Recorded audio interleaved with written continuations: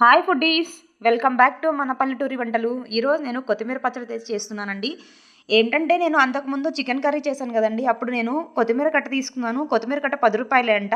ఏంటండి ఇంత కొత్తిమీర కట్ట ఇంత పెద్దది ఇస్తున్నారు, చిన్నది ఇవ్వండి అంటే, లేదమ్మా 10 రూపాయలు జంబో ప్యాక్ అంట, జంబో కట్టండి అన్నారు. సరే జంబో కట్ట ఏంటి విచిత్రంగా ఉంది, సరే ఏదైతే ఏమైనా ఎక్కువ వస్తుంది కానీ పట్టుకొచ్చేసాను, ఫ్రిడ్జ్లో పెట్టేశాను. కట్ట వేస్ట్ అయిపోతుందని చెప్పేసి అన్ని కర్రీస్లో వేయను నేను. సో ఉంది కదా అని చెప్పేసి పచ్చడి చేసేసాను. సన్నగా తరిగి పెట్టుకున్నానండి ఈ కట్టని. కొత్తిమీరని చక్కగా సన్నగా తరిగి పెట్టుకోవచ్చు, లేదంటే మీ ఇష్టము ఏ సైజులోనే కట్ చేసుకోవచ్చు. ఎటు రోస్ట్ చేస్తే చిన్నగా అయిపోతుంది కాబట్టి. ఇంకా నేనేం చేశానంటే వాటర్లో పోసి చక్కగా 2 సార్లు కడిగేసుకున్నాను. ఇది రెండోసారి అండి. ఈ కడిగేటప్పుడు ఏం చేశారంటే కొంచెం సాల్ట్ యాడ్ చేసుకున్నాను. ఎందుకంటే ఆల్రెడీ కొత్తిమీర వేసినప్పుడు బాగా ఎక్కువ గ్రోత్ అవ్వాలని చెప్పి ఫెర్టిలైజర్స్ వాడతారు కదా. ఫెర్టిలైజర్స్ వల్ల గ్రోత్ అవుతుంది, ఎక్కువగా పెరుగుతుంది, పెద్దగా పెరుగుతుంది. సో దానివల్ల సైడ్ ఎఫెక్ట్స్ ఏం రాకుండా ఉండాలని చెప్పేసి నేను సాల్ట్ యాడ్ చేసుకున్నాను. సో ఇంకా నేను ఏం చేశానంటే ఎండుమిర్చితో చేస్తున్నాను అండి ఈ పచ్చడి. ఎండుమిర్చి కావాల్సినన్ని మీ టేస్ట్కి స్పైసీకి సరిపడా ఎండుమిర్చి తీసుకోవాలి. ఆ ఎండుమిర్చిని నేను అలా చేసుకున్నాను చక్కగా. మనకి ఎన్ని ఎండుమిర్చి కావాలంటే అన్ని ఎండుమిర్చి తీసుకోవచ్చు. నేనైతే ఒక 10-20 దాకా తీసుకున్నాను అండి ఎండుమిర్చిని. ఇంకా ఎండుమిర్చి ఏం చేయాలంటే చక్కగా రోస్ట్ చేసుకోవాలి. 10 ఎండుమిర్చి, కొంచెం చింతపండు, జీలకర్ర, ధనియాలు అండ్ వెల్లుల్లి, ఎండుమిర్చి అండి. ఇవి కావాల్సిన ఐటమ్స్ అయితే ఇవన్నమాట. కొంచెం బాండీలో ఆయిల్ పోసేసుకున్నాను. ఈ ఎండుమిర్చిని యాడ్ చేసి ఎర్రగా వచ్చే వరకు, కొంచెం రెడ్ కలర్లో వచ్చే వరకు రోస్ట్ చేసుకోవాలి. దీంతో పాటుగా నేను ఆల్రెడీ ధనియాలు తీసుకున్నాను కానీ ఇంగ్రీడియంట్స్ ఏమేం కావాలో చూపించాను కదా ఆల్రెడీ. ఈ ఇంగ్రీడియంట్స్ ఇవి వేగిన తర్వాత ధనియాలు కూడా దీంట్లోనే వేసేసుకొని మంచిగా రోస్ట్ చేసుకోవాలండి రెడ్ కలర్ వచ్చే వరకు. అలా చాలా ఎప్పుడు కూడా ఎండుమిర్చిని మనం లో ఫ్లేమ్లో పెట్టి వేయించుకోవాలి. హై ఫ్లేమ్లో పెడితే ఏమవుతుందంటే నల్లగా అయిపోతాయి అన్నమాట. సో అందుకని చెప్పేసి నేను లో ఫ్లేమ్లో పెట్టుకొని నిదానంగా వేయించుకున్నానండి.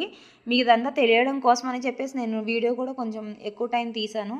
ఇంకా ధనియాలు కూడా నేను రెడీ చేసి పెట్టుకున్నాను కదా, ఆ ధనియాలను కూడా ఈ ఆయిల్లోనే ఒక 1 మినిట్ రోస్ట్ చేసుకోవాలండి. రోస్ట్ చేసుకోవడం వల్ల ఏంటంటే ధనియాలు పచ్చి వాసన పోతుందనమాట. ఆ ఫ్లేవర్కు మనకి పచ్చి స్మెల్ తెలియకుండా ఉంటుందన్నమాట. రోస్ట్ చేసుకుంటే పచ్చడి టేస్ట్ అనేది మరింత పెరుగుతుంది. సో అందుకని నేను ఆయిల్లో వేసుకుని అవి కూడా రోస్ట్ చేసుకున్నాను. అలా బాగా వేయించుకున్న తర్వాత మిక్సీలో యాడ్ చేసుకుంటున్నానండి. మీకు మిక్సీలో కావాలంటే మిక్సీలో చేసుకోవచ్చు. రోటి పచ్చడి నేను ఎక్కువగా ప్రిఫర్ చేస్తాను. అయితే పచ్చడి బండ లేదండి నా దగ్గర. ఇనపది రోలు ఉంది కదా, చిన్న రోలు, ఆ రోట్లో వేసి నేను దంచుకుంటాను ఎప్పుడు. కానీ నా దగ్గర మామూలు రోలు కూడా ఉంది, దానికి పచ్చడి బండ లేదు, చెక్క బండ. సో అందుకని చెప్పేసి మిక్సీలో పట్టేశాను.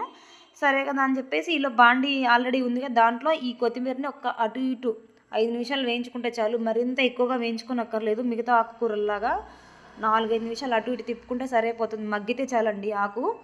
అలా ఊరికే మగ్గిపోయిందండి ఆకు కూడా. సో ఇంకా నేను అటు ఇటు బాగా తిప్పేసుకున్నాను. తర్వాత ఏం చేశానంటే ఈ కొత్తిమీర బాగా వేగిన తర్వాత ఈ మిక్సీ నేను ఆల్రెడీ పట్టేసుకున్నాను. ఎందుకంటే మిక్సీ ఎండుమిర్చి ముందుగానే పట్టేసుకున్న, 2 కలిపి పట్టలేదండి నేను. ఎండుమిర్చి తొందరగా నలగదు కదా, అందుకని చెప్పేసి నేను ముందుగానే ఎండుమిర్చిని బాగా మెత్తగా మిక్సీ పట్టేసుకున్నాను. ఈ మిక్సీ పట్టిన దాంట్లోకి నేను ఈ కొత్తిమీరని యాడ్ చేసుకున్నాను అనమాట. అదిగోండి కావాల్సినంత జీలకర్ర. నీకు చింతపండు కావాలంటే వేసుకోవచ్చు, లేకపోతే లేదండి. చింతపండు దీంట్లో వేసుకోనక్కర్లేదు, కానీ నేనైతే వేసుకుంటున్నాను. కొంచెం పుల్ల పుల్లగా తగులుతుంటేనే నోటికి రుచిగా ఉంటుంది అనమాట. అందుకని నేనైతే చింతపండు వేసుకున్నాను. కొత్తిమీర చెట్టులో చింతపండు లిటిల్ బిట్ వేసుకోవచ్చండి, కొంచెం అంటే కొంచెము. అలా మెత్తగా పట్టిన తర్వాత ఇప్పుడు నేను ఈ కొత్తిమీరని యాడ్ చేసుకున్నాను అండి. అప్పుడు కచ్చాపచ్చా పచ్చడి రోట్లో వేసినట్టుగా బాగుంటుంది. 4-5 సార్లు తిప్పామంటే మిక్సీ సరిపోతుంది. మళ్ళీ అన్నీ కలిపి వేసామంటే మరింత మెత్తగా వస్తుంది, నాకు అట్లా నచ్చదు. సో మనకి రోట్లో దంచినట్లుగా రావాలని చెప్పేసి నేను ఇలా వేసాను అనమాట.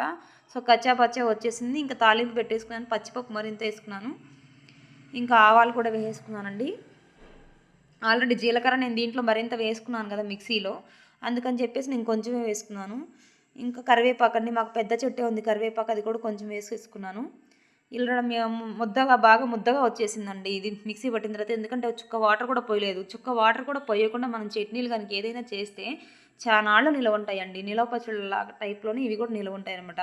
ఖచ్చితంగా చెప్తాను, నేను 2 వీక్స్ వాడుకోవచ్చు మనం. ఇట్లా ఒక్క చుక్క కూడా వాటర్ పోయకుండా మరింత ఆయిల్ వేసి చేసుకుంటే 2 వీక్స్ కదా, అంతకంటే ఎక్కువే ఉంటాయి అనమాట. ఫ్రిడ్జ్లో పెట్టే పని లేకుండా వాడుకొని తినొచ్చు. చాలా బాగుంటుంది. తప్పకుండా ట్రై చేయండి. Don't forget to subscribe and like.